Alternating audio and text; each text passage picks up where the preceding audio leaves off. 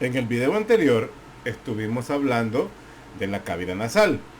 Hicimos una descripción topográfica al inicio, hablando sobre la nariz, hablando sobre los componentes propios de la nariz, hablábamos de unos componentes óseos y de unos componentes cartilaginosos. Cuando los componentes óseos de la nariz, más que todo, son componentes de fijación o que le ayudan a dar una fijeza o una conformación en sí a la nariz, porque solo veíamos como huesos propios de la nariz, los huesos pares que tenemos en la parte que coincide con el puente de la nariz, o sea, específicamente esta zona, y hablábamos de unos huesos que están alrededor, como el frontal y los maxilares, que le ayudan a darle pues forma a la nariz, como componentes óseos, siendo los componentes principales los componentes cartilaginosos. Y ahí vimos una serie de cartílagos donde que le dan pues la forma a la estructura externa de la nariz. Luego hablamos sobre una distribución de la nariz donde veíamos un componente vestibular que prácticamente está en la zona propia de la nariz, y los componentes y las áreas específicas que eran el área respiratoria y el área olfatoria, siendo el área olfatoria el techo de la cavidad nasal, y la que ocupa la mayor parte de la cavidad nasal es la parte o el área respiratoria. Hablábamos también de un hueso que tiene mucha importancia, así como cuando vimos, por ejemplo, en el oído, veíamos que el hueso importante con el oído o con todo el sistema del oído, de la audición, pues era el hueso temporal. Para la cavidad nasal, el hueso importante es el hueso etmoide. Vemos cómo el hueso etmoide colabora con un tabique, que es el que divide en dos la cavidad nasal, porque aporta una estructura ósea que se llama lámina perpendicular del mismo hueso, pero también veíamos que colabora con las paredes laterales de la cavidad nasal, específicamente con las estructuras o con los salientes conocidos como los cornetes, cornete superior y cornete inferior, y teniendo y cornete medio. Los cornetes inferiores pues sí son huesos propios, son huesos realmente, que son huesos pares al interior de la cavidad nasal. Entonces, luego hablamos sobre la mucosa y el epitelio propio de la nariz, que es un epitelio cilíndrico, ciliado, pseudoestratificado, con células caliciformes. Entonces, veíamos que ese epitelio pues tiene funciones muy especiales a la hora de hacer, bueno, su trabajo pues es muy importante en el momento de la humidificación, en el momento de la filtración, en el momento del calentamiento del aire que entra a la cavidad nasal. Entonces hablábamos de esas zonas. Luego pues estuvimos hablando del área olfatoria, que es el techo de la nariz, y ahí es donde encontramos pues una serie de huesos o series óseas que conforman pues ese techo de la nariz, teniendo al frente pues parte de los del hueso etmoides, también en la parte media, en la parte posterior el hueso esfenoides, y en la parte completamente anterior una colaboración del frontal. Entonces, a grosso modo, pues eso es lo que hablamos en la primera parte. Hablamos sobre la irrigación, que es muy importante, y lo que me interesa más que todo de la irrigación pues es conocer ese plexo, que es una anastomosis, una agrupación, una organización que asegura la irrigación de la cavidad nasal, que se llama el plexo de Kieselbach. Eso me interesa que lo sepamos muy bien. Entonces pues a ese nivel vamos, y nos faltaría hablar un poco sobre la inervación, y ahí pues comenzamos la clase del video de este día. En relación pues a la inervación de la cavidad nasal, vamos a ver cómo el nervio maxilar, que es pues una rama, es la segunda rama del trigémino, pues nos ayuda a inervar la mitad postero-inferior, o sea, la mitad hacia atrás, ¿verdad? Pero en la parte baja de los 2/3 de la mucosa nasal. Además, se involucra también el nervio palatino mayor, también ramas del maxilar que inerva pues siempre en la parte posterior, pero más que todo a los lados, o sea, en la zona que ocupan los salientes, o sea, donde estamos los cornetes. También el nervio etmoidal anterior y posterior, que estos pues son ramas del nervio oftálmico, se encargan pues de inervar la porción anterosuperior y le ayudan pues los ramos del nervio nasociliar. Y por supuesto completamente el techo de la cavidad nasal es inervada por nervios olfativos. Entonces, el nervio olfatorio específicamente pues para la olfacción. Los ramos que más se involucran pues son los ramos del nervio oftálmico, que vienen a ser las ramas terminales, los etmoidales anteriores y posteriores. Nervio oftálmica es la primera rama del trigémino. Segunda rama del trigémino es el nervio maxilar. Tercera rama del trigémino es el nervio mandibular. Los dos, o sea, el nervio trigémino colabora con su rama oftálmica y maxilar a inervar la cavidad nasal. ¿A través de qué? De nervios como el nervio maxilar, como tal, vea. Los nervios, las ramas etmoidales anteriores y posteriores, que son ramas del oftálmico. ¿Para qué sirve esto? Sensación en general, o sea, el tacto, por decir así, la sensación, dolor, ardor, calor, lo que sea, lo que nos pase dentro de la nariz, esa sensación, no voy a decir ese sentimiento, esa sensación, ese tacto, es gracias a esas ramas del nervio trigémino. Pero también el nervio facial tiene una participación en la nariz. Y ojo con eso, adrede no lo tengo en la diapositiva. El nervio facial, lo que corresponde a las glándulas secretoras de mucus en la cavidad nasal y en los senos paranasales, esto es gracias a unas ramas parasimpáticas, o mejor dicho, a unas fibras parasimpáticas del nervio facial. Entonces ya vemos que en la cavidad nasal se involucra el nervio olfatorio, el nervio trigémino con sus ramas maxilar y oftálmica, y ahora el nervio facial también. Pero además, unas terminaciones de la inervación,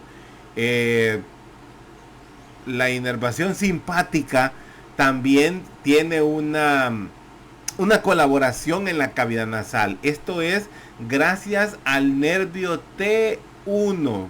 Permítanme, quiero estar seguro. Sí, T1, porque es una rama simpática. Es una rama simpática. T1 interviene en la regulación del flujo sanguíneo. Ahí interviene T1, que ya es un nervio espinal. Entonces los nervios que se involucran en la inervación de la cavidad nasal son el nervio trigémino con su rama oftálmica y maxilar, el nervio facial para las glándulas secretomotoras y también el nervio T1 para la regulación de la circulación, para la regulación del flujo sanguíneo. ¿Ok? Sigamos. Esto es lo que estamos hablando. Aquí tenemos el nervio olfatorio. Esto es el bulbo olfatorio. Estas son las terminaciones nerviosas. El nervio etmoidal anterior, rama de oftálmico, y también otro es el nervio nasopalatino, rama de la mandibular, de la maxilar, perdón, del nervio maxilar. Entonces, estos nervios nasales posteriores superiores también son del maxilar, que ayudan a inervar la cavidad nasal como tal. Ok, sigamos. Pasemos a hablar un poco sobre los senos paranasales. Frontal, etmoidal, maxilar y esfenoidal. Estos son los senos paranasales. Frontales en el hueso frontal, etmoidales en el etmoide, esfenoidales en el esfenoide y maxilar en el hueso maxilar. ¿Cuáles son más grandes? Los maxilares. Esos son los más grandes. Entonces, los senos paranasales pues se vienen a desarrollar como si fueran excrescencias. Ojo, el término, una excrescencia se entiende como algo que crece sobre. Pero en relación a los huesos, a los senos paranasales, el término pareciera estar mal acuñado. Pero no es así, porque son excrescencias dentro de la cavidad. O sea, pues digamos que esta es la cavidad al interior del hueso maxilar. Entonces, esta es la superficie interna de la caverna. Sobre esta superficie es que nacen los senos paranasales. O sea, nacen estas celdillas que son como trabéculas. Son como trabeculaciones que se forman dentro del hueso. Entonces, por eso decimos que son excrescencias. Y estas, a medida van avanzando, van erosionando el hueso. Ojo con esto, lo dije creo que en la primera parte de del video. Los senos paranasales, o mejor dicho, los niños al nacer no tienen senos paranasales. Se vienen a desarrollar en el desarrollo, en la niñez, 5 o 6 años por ahí, comienzan a tener ya un poco de desarrollo los senos paranasales. Y es más, algunos que se desarrollan ya con la adolescencia. Por eso es ilógico y más de alguna vez van a ver a alguien a un pediatra, más que todos los pediatras, se ríen cuando ven en la consulta externa o en la emergencia, llega una referencia del médico en año social. Y ojalá no vaya a ser un médico de año social formado en la UNIVO, que manda a un niño con 2 años de edad y le pone de diagnóstico sinusitis crónica, le pone. Entonces, el pediatra se va a reír. Y se va a reír, ¿por qué? Porque ese niño no tiene senos todavía. Entonces, ¿por qué le vamos a poner sinusitis crónica? A lo mucho que puede tener es rinitis, pero sinusitis nunca. Entonces, hay que tener eso en cuenta. Ya vamos a ver cómo está el desarrollo de los senos paranasales. Entonces, la excrescencia o las estructuras que comienzan a crecer comienzan también a erosionar el hueso a su interior. Puntos a tomar en cuenta. Todos están revestidos por mucosa respiratoria, que tanto es ciliada y también secreta moco. Ojo con eso. Estos senos paranasales, todos tienen comunicación de forma directa o indirecta. Ojo con eso. Hay uno que se comunica de forma indirecta, más adelante lo veremos. Todos se comunican directa o indirectamente con la cavidad nasal. Por ahí veíamos cómo se comunicaba el seno maxilar. Luego tenemos que toditos están inervados por ramos del nervio trigémino, principalmente por la rama maxilar del trigémino. Puntos a tomar en cuenta, puntos que pueden salir en una clase.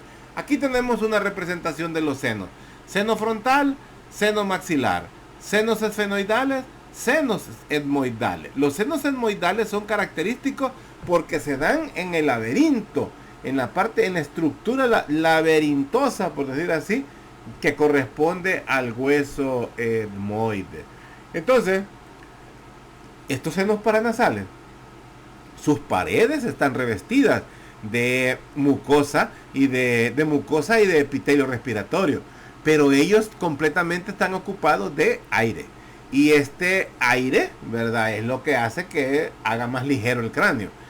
Todos están, pues, no todos, los frontales están localizados por detrás de la frente. Vamos a ver cómo el hueso frontal tiene una tabla externa y una tabla interna. La tabla externa es la que da hacia el exterior, es lo que está por abajo de la piel. Y la tabla interna, digamos que es la que tiene contacto con la dura madre. Entonces, lo que queda en medio, ahí encontramos al seno frontal. Entonces van a estar pues localizados por detrás de la frente, va a estar localizado pues atrás de los huesos de la nariz, por decir así. Lo tenemos en los pómulos, en las mejillas, y por supuesto lo vamos a ver sobre los ojos, por decir así, sobre las órbitas. Entonces, los senos paranasales que están sanos, estos no contienen bacterias, ni contienen ningún microorganismo, por decir así, están estériles en condiciones normales. Los senos paranasales también producen moco, y este moco no se queda acumulado ahí. Es un moco que tiene su vida útil y son drenados hacia la cavidad nasal. y así también ayudan a mantener húmeda la nariz. Ya veíamos cuál era el papel de esta estructura conocida como el conducto nasolagrimal. Aquí tenemos los conductillos, aquí tenemos el saco lagrimal, los conductillos ¿cómo se llama? Los conductillos lagrimales y los puntos lagrimales aquí. Por aquí se viene pues la lágrima o la secreción de lágrima que se produce en la órbita que ya no se necesita y desemboca en la nariz, ayudando a mantener pues la humedad de la cavidad nasal. Entonces, los senos paranasales pues se mantienen húmedos, se mantienen libres de polvo y por supuesto se mantienen libres de microbios. Vamos a hablar del seno frontal. El seno frontal, como les decía ya al principio, está entre dos tablas, una tabla externa y una tabla interna. Prácticamente está por detrás de los arcos superciliares y propiamente de la raíz de la nariz, es decir, por detrás de la zona que ubicábamos con el nombre de nasion. Están inervados por ramos de los nervios supraorbitarios, son ramos del nervio oftálmico, o sea, del trigémino. Esto que vemos acá es la tabla externa, esto que vemos acá, perdón, les estoy señalando y no tengo el puntero. Esto que tenemos acá es la tabla interna y esto que tenemos acá es la tabla externa. Esto al centro, eso es lo que se conoce como el seno. Eso es pues el seno frontal. Permítanme.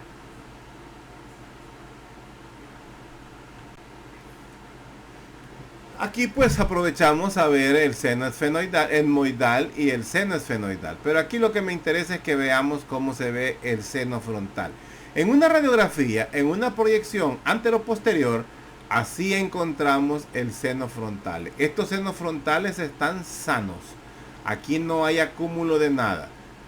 Este es una proyección de Water, así se llama esta proyección. Es una proyección en diagonal, por decir así. Entonces una proyección es una posición especial. Aquí podemos ver, esta es una de las proyecciones especiales para senos paranasales. Cuando uno tiene una sospecha con un paciente de sinusitis, nosotros dejamos una serie de radiografías que se engloban a veces con el nombre de radiografía de senos paranasales. Y el médico pues nos manda tres visuales. Nos manda una antero-posterior, que es esta, nos manda una proyección de Water, que es esta, y una proyección lateral, que creo que por aquí la tengo, la voy a ver si la busco, solo para que la veamos. Es esta, y esta es una proyección lateral de los senos paranasales. Entonces, esa es las proyecciones que nos manda el radiólogo cuando queremos ver los senos paranasales.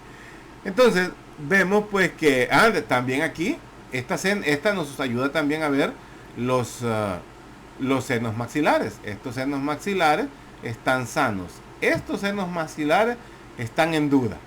Estos están en duda. Tendrían que verse negritos. Ya dijimos que están llenos de aire. Recordemos las densidades en radiografía. Entonces una densidad de aire se va a ver oscuro. Por supuesto, como aquí hay hueso al frente, no lo vamos a ver completamente oscuro. Tenemos hueso al frente, hueso atrás. Entonces aquí esta proyección, si no vemos un acúmulo como se ve aquí, esto ya es sospechoso. Esto podría ser una sinusitis de los huesos maxilares. Estos están limpios. Aquí tenemos unos senos maxilares limpios. Esta es la proyección del seno maxilar. Entonces vamos a ver pues que así se ve los senos frontales. Entonces vamos a ver pues que algo que hay que tomar en cuenta es que estos senos no es una cavidad completa, presentan un tabique, que es este. Aquí no lo vemos a ver, pero es el tabique. Este tabique que se forma entre ambos senos es lo que ocupa la sutura metópica. La sutura metópica era la sutura que se formaba entre los huesos frontales. Recordemos cuando veíamos la sinostosis, las craniosinostosis, que eran unas alteraciones en las suturas del cráneo en el recién nacido. Entonces, si la sutura metópica se cerraba antes, pues daba diferentes problemas en el cráneo, la plagicefalia, la escafocefalia, por ejemplo. Pero eso ya lo vimos, eso ya lo saben ustedes. Lo que quiero que sepan es que existe una división, un tabique, como que si fuera el tabique nasal, existe un tabique entre los huesos, entre los senos frontales. Y ese tabique se llama tabique interfrontal. Eso separa pues a cada seno frontal. Entonces estos pues tienen pero eso sí, entre ambos hay una comunicación. Entre ambos senos frontales hay una comunicación. Y se comunican por un agujerito que se llama meato medio nasal. Así se llama ese agujerito. No está evidenciado porque muchas veces en una radiografía es difícil a veces verlo. Se ve cuando se hacen disecciones de cráneos, ¿verdad? Entonces ahí es donde se ve el meato medio nasal. Entonces ese es una comunicación que existe entre ambos senos frontales. Entonces vamos a ver que el seno frontal anteriormente pues tiene contacto íntimo con la piel, posteriormente tiene contacto con la cavidad craneal, yo diría mejor con la meninge externa, que es la dura madre. En la parte inferior pues tiene contacto con la órbita, tiene contacto con el hueso etmoides y por supuesto tiene contacto con el techo de la cavidad nasal, etmoides, frontal y esfenoides. Entonces las relaciones del seno frontal son anteriormente con la piel, posteriormente con la cavidad craneal, o mejor dicho con la meninge externa, y con la órbita en la parte inferior y con el techo de la cavidad nasal. ¿Ok? Sigamos. Vamos al seno etmoidal. Los senos etmoidales, pues estos van a comprender diversas cavidades, como dije, situadas en la masa lateral del hueso etmoidal, entre la cavidad nasal, por supuesto, y la órbita. También están inervados por ramas etmoidales anteriores y posteriores del nervio nasociliar, y recordemos que esto tiene que ver con el nervio oftálmico, primera rama del trigémino. Estos drenan al meato nasal medio a través del infundíbulo etmoideo. Ojo, drenan al meato nasal medio. En el meato nasal medio drenan los etmoidales. ¿A través de dónde? Del infundíbulo etmoideo. Este infundíbulo etmoidal cobra relevancia porque cuando hablábamos del seno frontal, había una comunicación entre senos, había un meato, pero también en esa misma zona existe un conducto nasofrontal, el cual tiene comunicación con el infundíbulo etmoidal o etmoideo. Este infundíbulo etmoideo es el que conecta o permite conectar, vaya, por un lado pues conecta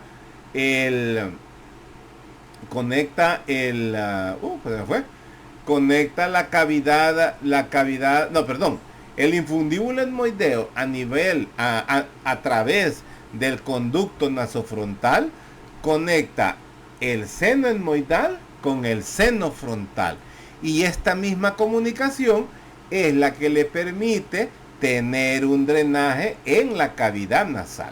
Ojo con eso. O sea, cuando decías al inicio de que el seno, que habían senos paranasales, ¿cómo se llama? Que habían senos paranasales, que los senos paranasales drenan en la cavidad nasal de forma directa e indirecta. De los indirectos me refería al frontal. El frontal no se abre directamente en la cavidad nasal, pero sí se comunica con el infundíbulo etmoideo a través del conducto nasofrontal, y así es como él puede drenar en la cavidad nasal. Así es como él puede tener contacto con la cavidad nasal, y a su vez va a tener el drenaje en el meato nasal medio. Entonces, pregunta de examen: ¿dónde drena pregunta de falso y verdadero. El seno paranasal frontal drena en el meato nasal medio. ¿Falso o verdadero? Ahí espero a ver qué me dicen. Quiero que razonen esa pregunta. Sigamos.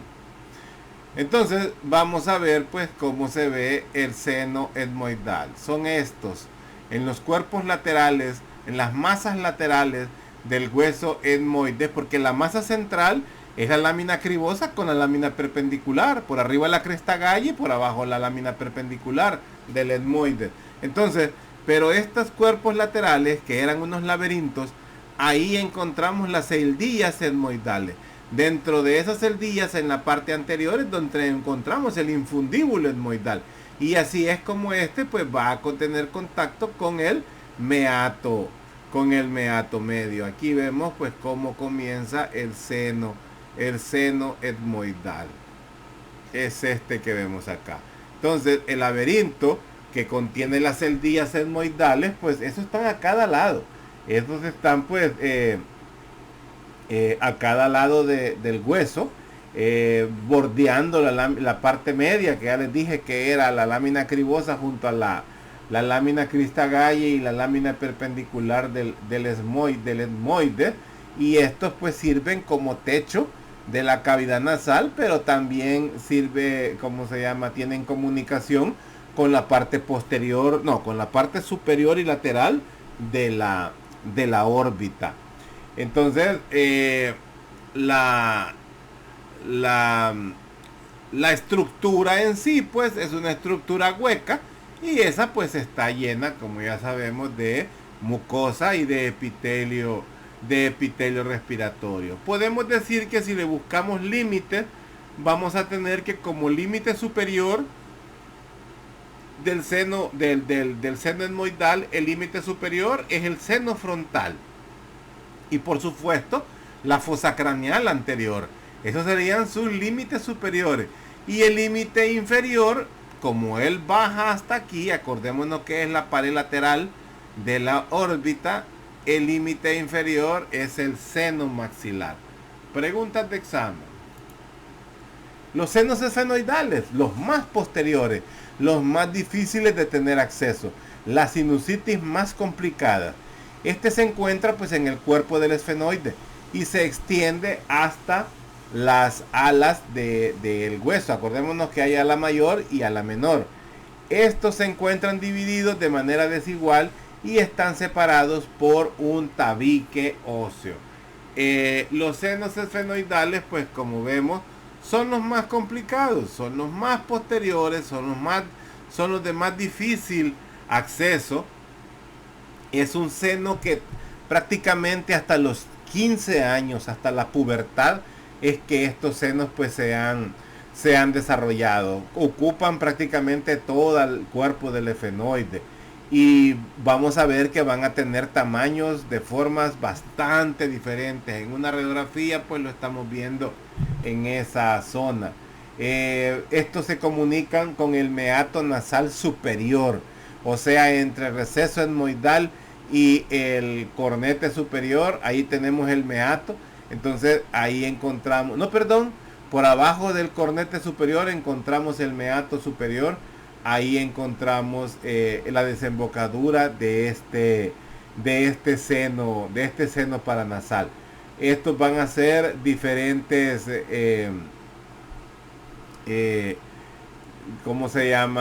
diferentes comunicaciones. A veces tienden a tener una comunicación no directamente con el meato nasal superior, sino que tienen una comunicación con unas celdillas etmoidales, Entonces drenan a través del etmoide, pero nos vamos a quedar que drena en el meato superior. Además, pues el seno esfenoidal tiene una comunicación o una relación anterior pues con el meato nasal superior, una comunicación posterior pues con el seno cavernoso, El seno cavernoso, estamos viéndolo acá, el seno cavernoso son senos venosos que ayudan pues al drenaje del encéfalo. Ya están prácticamente o teniendo una relación con la fosa craneal media. En la parte inferior pues vamos a encontrar que tiene comunicación, o en la zona pues que corresponde a las coanas. Las coanas en su parte superior reciben el nombre de bóvedas. Las bóvedas de las coanas se le llama, y esa es una zona que ya tiene relación con la nasofaringe. Ahí lo que encontramos, por ejemplo, son las amígdalas palatinas, ¿verdad? Encontramos en esa zona, y también encontramos relación con la desembocadura de las trompas de Eustaquio. Cuando se desarrollan cáncer de senos paranasales, este es el que principalmente sale afectado. No me vayan a preguntar por qué, porque no sé. Es así, no me la puedo yo. Pero sí tiene que ver con cáncer del seno paranasal esfenoidal. Ahora, la parte superior del seno esfenoidal va a tener relación con superficies, con las superficies orbitarias, por decir así, de los huesos frontales y cerca de los tractos olfatorios. Acordémonos que a través del esfenoide es donde encontramos las fisuras, por donde entran pues los nervios que tienen que ver con la locomoción, con el movimiento del ojo, y también el hueso, el nervio óptico. Sigamos y nos vamos a los senos paranasales más grandotes, que son los senos maxilares. Estos ocupan el vértice del seno maxilar. Ojo, no ocupan todo el hueso maxilar, solamente el vértice del seno maxilar. También pues ocupan la base y, la base del seno maxilar y el techo del seno maxilar y el suelo de este seno están ocupando prácticamente el vértice de todo el hueso, maxilar. Entonces, la inervación de ellos pues viene por la irrigación, viene por arterias, ramas de la arteria maxilar. La forma en que lo vemos en una proyección de Water, encontramos el seno maxilar, como ven, son grandotes, ¿verdad? Es esto, es grandote, el seno maxilar.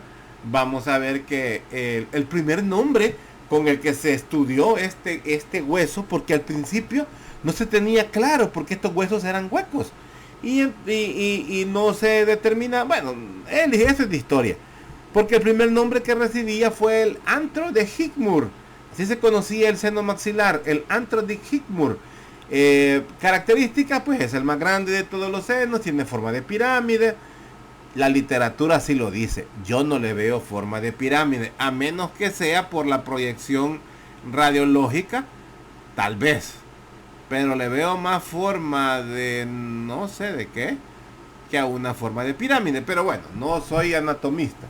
Bueno, no soy el que le pone nombre a las estructuras. Tiene forma de pirámide, una pirámide irregular, pongámosle así.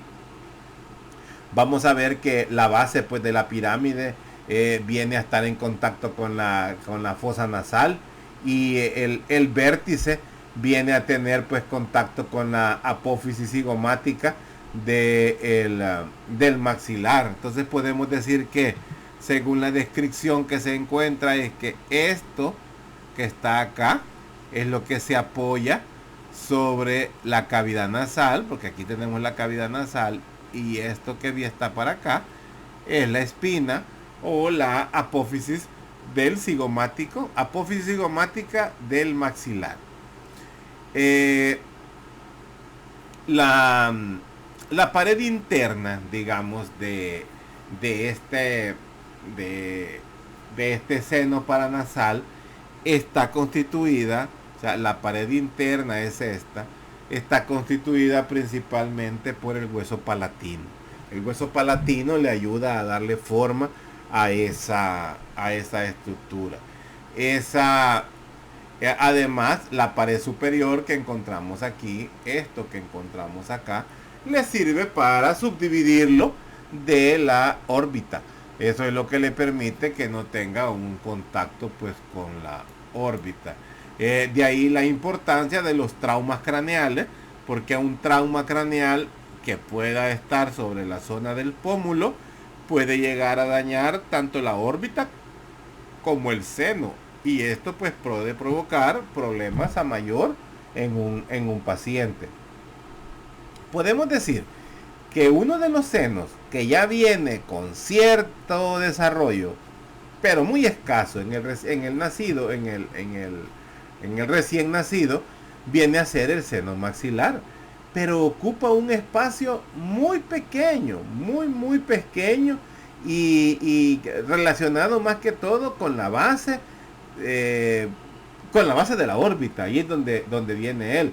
Entonces, ese espacio pues con el tiempo va a ir creciendo, pero no es solo viene como un hueco, pero no tiene ni mucosa, ni presenta humedad, ni presenta tejido, solo viene como un simple hueso. A medida va creciendo el joven, el niño, pues va a ir descendiendo poco a poco esa abertura, por decirlo así, de forma gradual. Comienza a irse desarrollando para estar completamente desarrollado, aunque todavía no funcional, a nivel de los 8 años. Entonces, vamos a recordar la base del seno paranasal maxilar está relacionado con la fosa nasal. La cara superior, o sea, lo de encima prácticamente, la cara superior, esta es la cara externa. La cara superior tiene contacto directo con la órbita o con la cavidad orbital, por decir así. La cara inferior, esa tiene que ver con que esta parte de acá, con el reborde orbitario, y también tiene que ver con los rebordes alveolares, la cara anterior, toda la cara esta anterior. Y la cara posterior es la tuberosidad del maxilar, ese es al interior del cráneo. Sigamos. Y estas pues son las proyecciones para poder ver los senos paranasales. Aquí nos falta la frontal, que es la anteroposterior, y esta que es la posteroanterior, que es la de Cadwell, es otra que nos sirve para ver senos paranasales. Aquí como estamos viendo, aquí estamos viendo el hueso occipital, esta que estamos viendo es de occipital. O sea, aquí la radiografía, la placa radiográfica se puso en la cara del paciente, y en esta proyección la placa radiográfica la ponemos en la parte posterior del cráneo. Entonces, esas son las radiografías. Preguntas de examen. Proyecciones para evidenciar los senos paranasales. La proyección anteroposterior, la proyección lateral, la proyección de Water y la proyección de Cadwell. La de Cadwell también se conoce como posteroanterior. ¿Ok? Pero además, para poder estudiar los senos paranasales, hoy en día nos valemos de las tomografías. Es un examen, es un estudio mucho más especializado, mucho mejor. Hay más definición. Podemos determinar muy bien cada uno de los senos con una sola exposición del paciente, porque es una sola exposición. La tomografía, si recordamos lo que hace, a través de un ordenador, nos hace nos hace una distribución de las imágenes y nos da una información pues más detallada. Aquí pues podemos ver, por ejemplo, un tabique nasal desviado, posiblemente de un trauma o posiblemente de una tumoración, una ocupante y desplazante que provoca un defecto. Aquí vemos lo mismo, podría ser un pólipo en este caso el que está provocando esta deformidad. Aquí tenemos un cornete inferior hipertrofiado, aquí lo vemos también, un cornete inferior hipertrofiado, que eso pues podría ser secundario a un pólipo o a un tumor En el peor de los casos, pues un cáncer. Entonces, esta es otra radiografía que nos ayuda. Y igual, pues vemos los senos en una anteroposterior, pero aquí sí ya vemos patologías. Aquí ya estamos viendo patologías. Esto está, como diría los profesores que teníamos nosotros cuando iniciamos, esto blancuzco, porque era un término muy acuñado, esto blancuzco, esto es pus, esto blancuzco, esto es secreción, y así se manejaba. Ustedes ya saben que lo blancuzco tiene un nombre propio, vea, entonces esto blancuzco es una infección. Este es un caso típico de una sinusitis y posiblemente crónica, una sinusitis crónica. Este avance de acúmulo de flemas en estas zonas, este es una señal de que ya es crónico, que tiene más de 15 días. Y aquí pues solo para tener la referencia de los senos paranasales. Igual pues en una proyección lateral, aquí tenemos el seno esfenoidal, aquí está la comunicación que les decía, cómo se comunica el seno esfenoidal hacia el meato superior.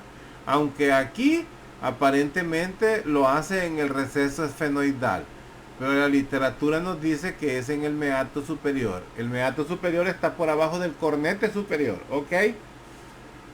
Sigamos. Igual, aquí estamos viendo una sinusitis maxilar. Todo esto es el hueso maxilar, este es el seno maxilar, aquí estamos viendo pus. Así vemos la pus. Y esto es lo que podemos estar viendo en el cornete medio. Este es el cornete medio, entonces este es el meato medio. Aquí drena el seno maxilar en el meato medio y vamos a ver una secreción purulenta. Seguramente, muy segura, casi que sin temor a equivocarme, este paciente le sentimos un hedor. Este no es un mal olor, este es un hedor apodrido, hedor casi a muerto, a escasos metros de distancia. Esto es una litosis muy fuerte en los pacientes y él mismo puede sentir mal olor al interior de su nariz.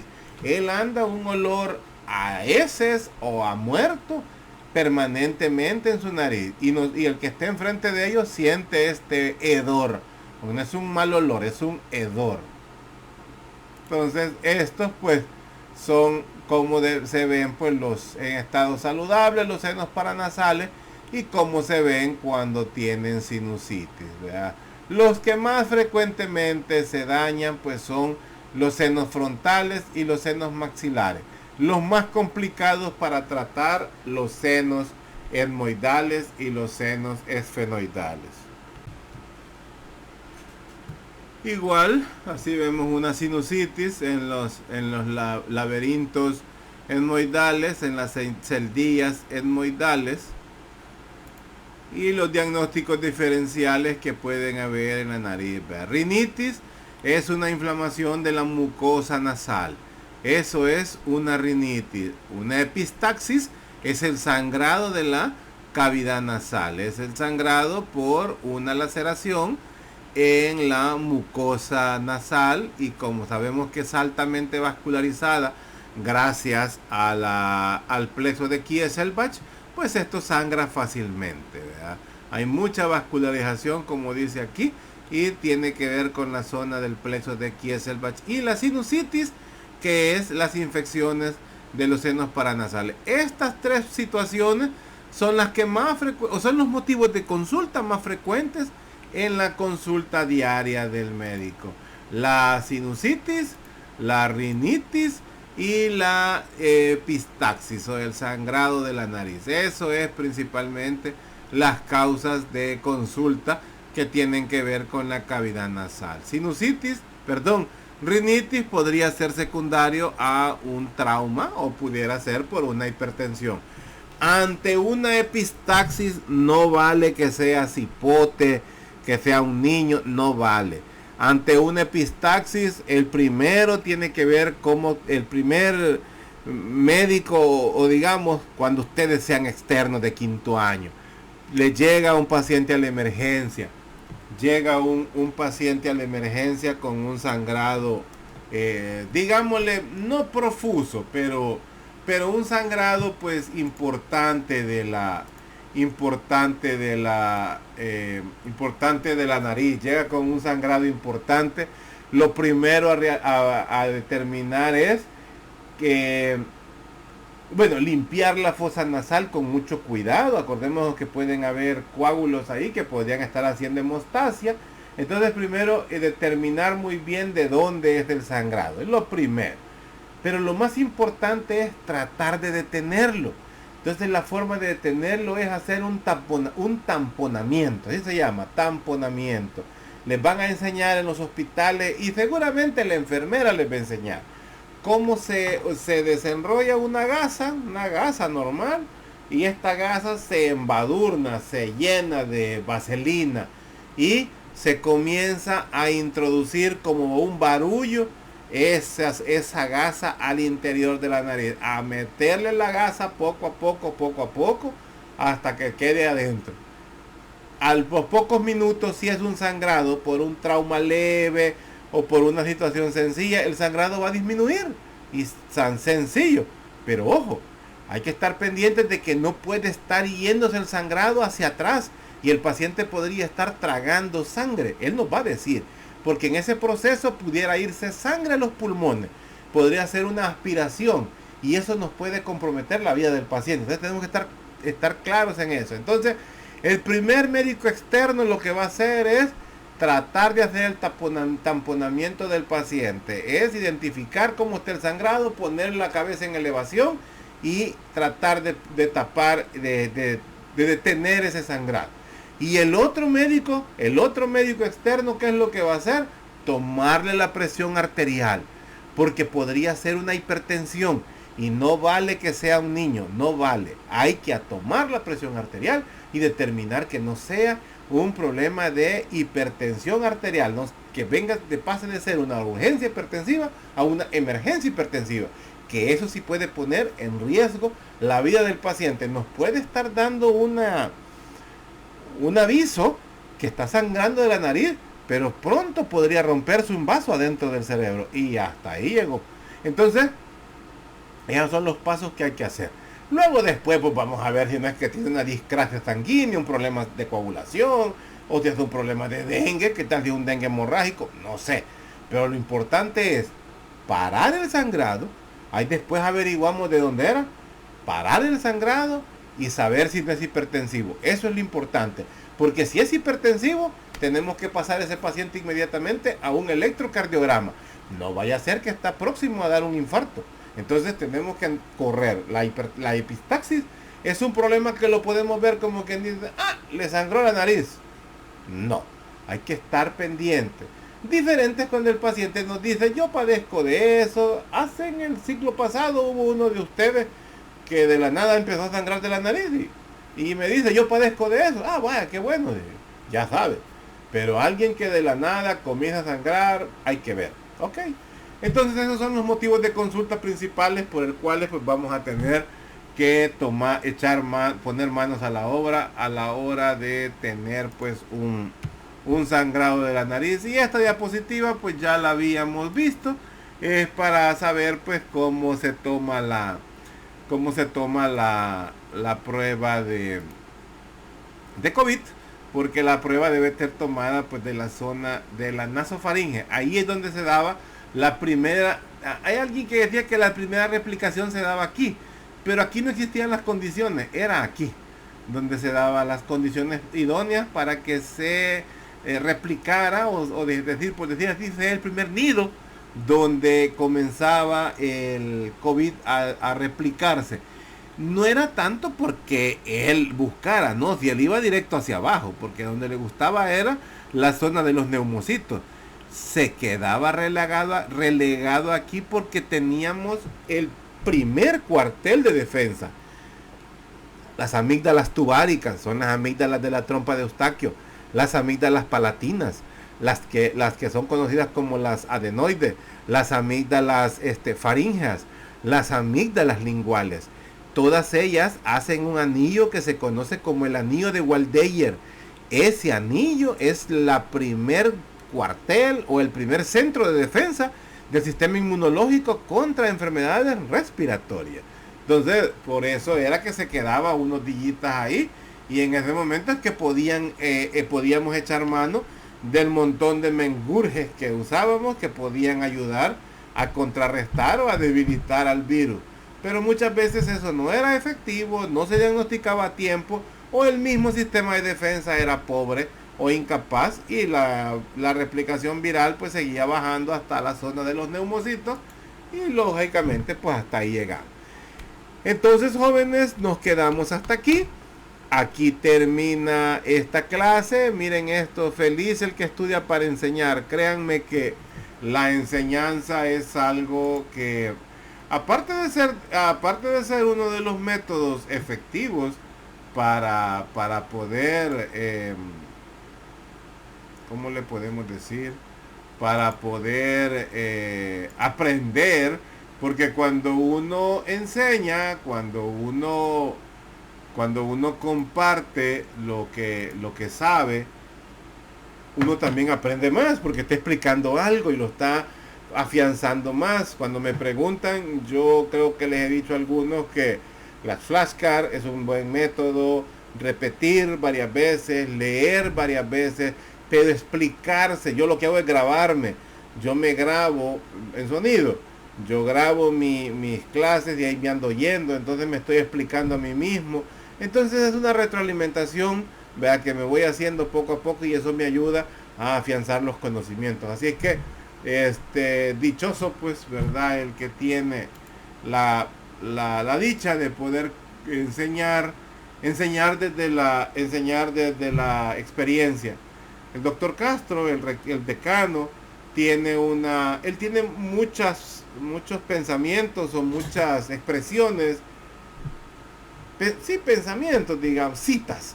Él tiene muchas citas que claro, con la experiencia que él tiene y los años que tiene, fue mi docente, imagínense, los años que él tiene, pues ha acuñado y ha almacenado una información muy vasta, muy grande y muy sabia. Y él tiene una de que dice que nosotros, o sea, los docentes, los que tenemos la dicha de llamarnos docentes, no lo somos por lo que sabemos, no somos docentes porque enseñamos lo que sabemos, sino que somos docentes porque enseñamos lo que hacemos. Y lo que hacemos nosotros es medicina. Lo que nosotros hacemos es curar gente, tratar la enfermedad, enfrentarnos a la enfermedad. Y muchas veces lo que aprendemos no nos sirve. Nos sirve la experiencia, nos sirve la observación, nos sirve el oído. Oír a nuestros pacientes, ver a nuestros pacientes, tocar a nuestros pacientes, examinar a nuestros pacientes. Esa es la clave para poder tratar las enfermedades. El conocimiento es necesario, claro que sí. Pero lo que se necesita es estar abiertos a un conocimiento, porque cada paciente es un conocimiento nuevo. Posiblemente ahorita no me lo van a creer o no lo van a entender, pero en algún momento van a estar frente a frente con su primer paciente, y ese primer paciente les va a enseñar algo, y el segundo otra cosa, y el tercero otra cosa. ¿Cuántos pacientes habré visto hasta la fecha? No sé. En el año social yo veía aproximadamente 70 pacientes diarios, de lunes a viernes, para que tengan una idea. Entonces, ¿cuántos habré visto? No sé. Hoy en mi consulta, 10, 15 pacientes, vea, por jornada, a veces más, a veces menos, pero todos los pacientes, y aunque sea el mismo paciente, siempre enseña algo nuevo. Así es que dichoso, ¿verdad? El que enseña, que tenemos la bendición de poder enseñar. Así es que pues nos quedamos hasta aquí con la clase de cavidad nasal, y dejamos la puerta abierta para ver cavidad oral, que esta clase la veremos en vivo, o sea, nos vamos a ver en el aula. Éxitos, y nos seguimos viendo, ¿ok? Ok.